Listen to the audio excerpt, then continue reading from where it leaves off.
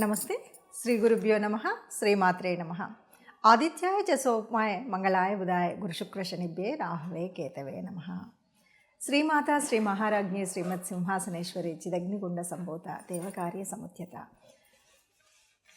అందరికీ నమస్కారం. ప్రతి మాసంలాగానే మరి ఈ మాసం అంటే జనవరి 2025 ఫిబ్రవరి మాసం గాను మాస ఫలితాలు ఎలా ఉన్నాయి, ఇందులో ఉద్యోగ, వ్యాపార, వివాహ, విద్య, సంతాన విషయాల్లో ఎవరు ఏ రకమైనటువంటి ఇబ్బందులు ఉన్నాయి, యోగించే గ్రహాలు ఏంటి, యోగించినవి ఏమి అనేటువంటివి తెలుసుకోవడం కోసం చేస్తున్నటువంటి ప్రయత్నంలో ఈ వీడియోలో ఇందులో మనకి ముందుగా ఈ మాసంలో మనం చెప్పుకునేటప్పుడు చాలామందికి అంటే ఎప్పుడు చూస్తున్నటువంటి వింటున్నటువంటి ఒక కామెంట్ కానీ లేకపోతే మా అందరూ అంటున్నటువంటి మాట ఏంటంటే, మీరంతా చెప్తారు కానీ చెప్పిన దాంట్లో మాకు కొంతవరకే కలుస్తుంది అనేటువంటి మాట చాలా వరకు చాలామంది చెప్పారు. ఇది మనం చేసేటువంటిది గోచార ఫలితము. గోచార ఫలితంలో పూర్తిగా ఎగ్జాక్ట్గా అంత ఉండదు. మనకెప్పుడు కూడా ఎవరి జన్మజాతక ఫలితాలు అయితే ఉంటాయో అవి ఎగ్జాక్ట్గా యాక్యురేట్గా చెప్పడానికి అవుతుంది. ఈ గోచార ఫలితాలు అనేవి కొంతవరకు మాత్రమే, అంటే కేవలం 30-40% మాత్రమే ఉంటాయి. దైవవశాత్తు మీకు గనక ఈ వీటితో పాటు జరిగేటువంటి దశ అంతర్దశలను బట్టి కొన్నిసార్లు మనకు చెప్పింది చాలా ఎక్కువగా కరెక్ట్ అనిపించవచ్చు. అయితే ఎప్పుడు కూడా గ్రహస్థితి ఏంటంటే ఏ రకమైనటువంటి గ్రహస్థితిలో ఏ స్థితి ఉంది అంటే ఏవైనా వాటి యొక్క యుతి లేకపోతే దృష్టి వీటన్నింటిని బట్టి మనం చెప్పుకునేటువంటి స్థితి కాబట్టి ప్రతీ నెల మారుతూనే ఉంటాయి. ఎందుకంటే కొన్ని దీర్ఘకాలికంగా చలనం చెందేటువంటి గ్రహాలు ఉన్నప్పటికీ మరికొన్ని ఇప్పుడు చంద్రుడు లాంటి వాడు 2.5 రోజులకు ఒక రాశి నుండి మారుతూ ఉంటాడు. అలాంటప్పుడు మనం ఎలా చెప్పుకుంటాం అనేటువంటిది కూడా ఉంటుంది. కాబట్టి వీటన్నింటిని దృష్టిలో పెట్టుకొని చెప్పేటువంటి ఫలితాలు కామెంట్ చేసేటప్పుడు కాస్త జాగ్రత్తగా చూసి చేయండి. కుంభరాశి ఇక ఫిబ్రవరి మాసానికి గాను ముందుగా గ్రహస్థితి ఎలా ఉంది ఈ మాసానికి అనేది కనుక చూసుకున్నట్టయితే, గ్రహస్థితిలో మనకు తెలుసు వృషభ రాశిలో గురువు ఉన్నాడు, అలాగే మిథునంలో కుజుడు, ఇక కేతు రాహులు ఇద్దరు కూడా కన్యలో కేతువు, మరి రాహు మీనంలో ఉన్నాడు. ఇక మకరంలో రవి, అలాగే బుధుడు. ఈ రవి బుధులు ఇద్దరు కూడా బుధుడు 12వ తారీఖు మారుతూ ఉంటాడు, రవి 13వ తారీఖు కుంభంలోకి మారడం అనేది కనిపిస్తుంది. ఇక మరి మీనరాశి అని చెప్పుకున్నాం, అందులో శుక్రుడు కూడా అక్కడే ఉంటాడు. ఇది ఈ మాసానికి గాను ఉన్నటువంటి గ్రహస్థితి. ఈ గ్రహస్థితిని బట్టి ఏ ఏ రాసుల మీద ఏ ఏ గ్రహాల దృష్టి ఉంది, ఎక్కడెక్కడ గ్రహాల యొక్క యుతి ఉంది అనేటువంటి దాన్ని బట్టి ఫలితాలు ఉంటాయి.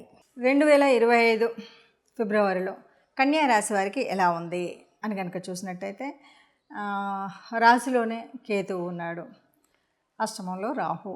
ఈ పరిస్థితి మనకు తెలుసు. అయినప్పటికీ ప్రభుత్వ ఉద్యోగాలకి చాలా అనుకూలమైనటువంటి స్థితి కనిపిస్తుంది.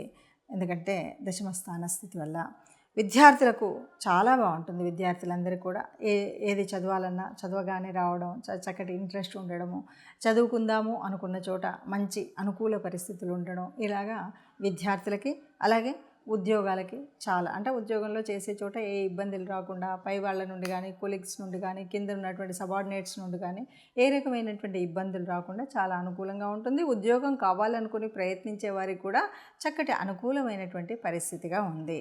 అలాగే అందరికీ మనం చేసే పని ఏది మాట్లాడినా కూడా, అంటే మీరు మాట్లాడితే నిజం అనిపించింది లేదు అంటే మీరు మాట్లాడింది వేద ప్రమాణంగా ఉంది అంటుంటారు. అలాగా ఈ మాసంలో మీరు ఏది మాట్లాడినా, కన్యారాశి వాళ్ళు ఏది మాట్లాడినా కూడా వినే వాళ్ళందరూ కూడా మీకు ఒక విలువనిస్తారు, గౌరవం ఇస్తారు. మీరు చెప్పింది వాల్యుబుల్ పాయింట్ అని మిమ్మల్ని మీకు గుర్తింపు వస్తుంది. అంటే ఏది మాట్లాడినా కూడా అది చాలా మీకు అనుకూలం అవుతుంది. ఇక రక్షణ వ్యవస్థ బాగుంటుందని చెప్పొచ్చు. అంటే ఎవరైనా రక్షణ వ్యవస్థలో ఉన్నటువంటి వాళ్ళు, అంటే పోలీస్ వాళ్ళు కానీ, ఆఖరికి సెక్యూరిటీ గార్డుల దగ్గర నుండి మొదలు పెడితే బార్డర్స్లో ఉన్నటువంటి వాళ్ళ వరకు కూడా రక్షణ వ్యవస్థలో ఉన్నటువంటి వారందరికీ కూడా చాలా బాగుంటుంది. ఆర్థికంగా అవ్వచ్చు, అలాగే సమయాన్ని బట్టి కూడా ఆరోగ్యపరంగా అన్ని రకాలుగా ఆదాయపరంగా అనుకూలంగా ఉండేటువంటి పరిస్థితి అయితే ఉంటుంది. ఇక కొంత మనం కళారంగం అని చెప్తుంటాం కదా, సినిమాలో కానీ ఆర్టిస్టులు కానీ ప్రొడ్యూసర్స్ కానీ పెయింట్స్ వేసేవాళ్ళు కానీ పాటలు పాడేవాళ్ళు కానీ వీళ్ళందరికీ చాలా బాగుంటుంది శుక్రుడి మూలంగా. చాలా అంటే అందులో చాలా హాయిగా ఉల్లాసంగా ఏదో పని చేస్తున్నట్టు అనుకోకుండానే, అలాగే వాళ్ళు ఏదో కష్టపడుతున్నాం అనుకోకుండానే మంచి రిజల్ట్స్ వచ్చేటువంటి విధంగా ఈ మాసం అంతా ఉంటుంది. ఎవరైనా ఇప్పటికీ కొన్ని పనులు మనం చేద్దాం అనుకుంటున్నాము, ఆ పనులు అవ్వలేదు, పూర్తిగా అవ్వలేదు అనుకునేటువంటి వారికి, అంటే పెండింగ్లో ఉన్నాయి అనేటువంటి వారికి పెండింగ్ పనులన్నీ కూడా పూర్తి అయ్యేటువంటి మాసం ఈ మాసం అని చెప్పొచ్చు. ఇక కొద్దిగా ఆరోగ్య విషయానికి కనుక వచ్చినట్టయితే ఆరోగ్యంలో కొంత ముఖ్యంగా ఉదర సంబంధమైనటువంటి విషయాల్లో కొద్దిగా ఇబ్బంది ఉంటుంది. అంటే కొద్దిగా డైజెస్టివ్ ప్రాబ్లమ్స్, అన్నం తిన్నది కొంచెం అరక్కపోవడం, ఇలాంటి వాళ్ళన్నీ కూడా కొద్దిగా ఇబ్బంది ఉంటాయి. కొత్త వారు ఎవరైనా పరిచయం అయితే వారితో జాగ్రత్తగా ఉండాలి. వారి మూలంగా లేనిపోని చికాకులు రావడం అనేటువంటిది కనిపిస్తుంది. కొత్త వారి అంటే పరిచయం అనుకోకుండా ఏదో మన వాళ్ళ ద్వారా పరిచయం అవ్వడం, వాళ్ళు ముందు బాగానే ఉంటుంది కానీ వారి వల్ల కొన్ని కొత్త చిక్కులు వచ్చేటువంటి పరిస్థితి ఉంటుంది. అలాంటి చిక్కులు రాకుండా ఉండడం కోసం మీరు ప్రయత్నం చేయాలి. ఏవి చేసినా మన ప్రయత్నం ఎంత ఉన్నా మనం మానవ మాత్రులం కాబట్టి దానికి దేవుడి అనుగ్రహం ఉండాలి. కాబట్టి తప్పనిసరిగా ఇష్టదేవత ఆరాధన చేయడం, గోశాలకు వెళ్ళడం, గోగ్రాసం ఇవ్వడం అనేటువంటి వాటిని చూసుకున్నట్టయితే జాగ్రత్తగా ఆ విషయంలో కొద్దిగా మనం దానం ధర్మం అనేటువంటి వాటిలో ఉంటే ఈ మాసం అంతా కూడా హాయిగా ఉంటుంది. ఇప్పటి వరకు ఉన్నటువంటి గ్రహస్థితిని చూసాం కదా. ఎప్పుడూ కూడా గ్రహాలు మనకు అంటే కదులుతూనే ఉంటాయి. ఈ గ్రహాల మూలంగా, గ్రహాల యొక్క కదలిక వల్ల కొన్నిసార్లు కొన్ని గ్రహాలు ఒకే చోట ఉండడం, గ్రహాల దృష్టి ఉండడం, అష్టమ శని, అర్ధాష్టమ శని, ఏళ్ళనాటి శని ఇలాంటి వాటివన్నీ ప్రభావాలు ఉండడం, వీటన్నింటితో పాటు మనం ఉన్నటువంటి రాశిని బట్టి యోగకారకమైనటువంటి గ్రహాలు, యోగించని గ్రహాలు, ఇలా మనం అన్నీ చెప్పుకుంటూ వెళ్తూ ఉంటాం. దీని మూలంగా కొన్ని రకాలైనటువంటి ఇబ్బందులు, కష్టాలు, సుఖాలు, జీవితం అంటేనే కష్ట సుఖాలని చెప్తూ ఉంటాం. కానీ ఈ రాశిలో మీరు చెప్పారు ఇలాగే ఉండాలి అంటే మనం చెప్పేటువంటిది కాదు.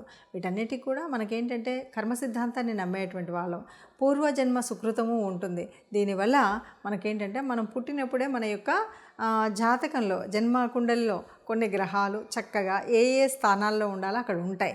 అయితే ఇలా ఉన్నప్పటికీ కూడా మారుతున్నటువంటి ఈ గ్రహాల యొక్క స్థితిగతులను బట్టి కొన్ని మార్పులు జీవితంలో ఏ నెల కన్నా ఏ వారానికి ఆ వారం చూసుకుంటూ వస్తూ ఉంటాం.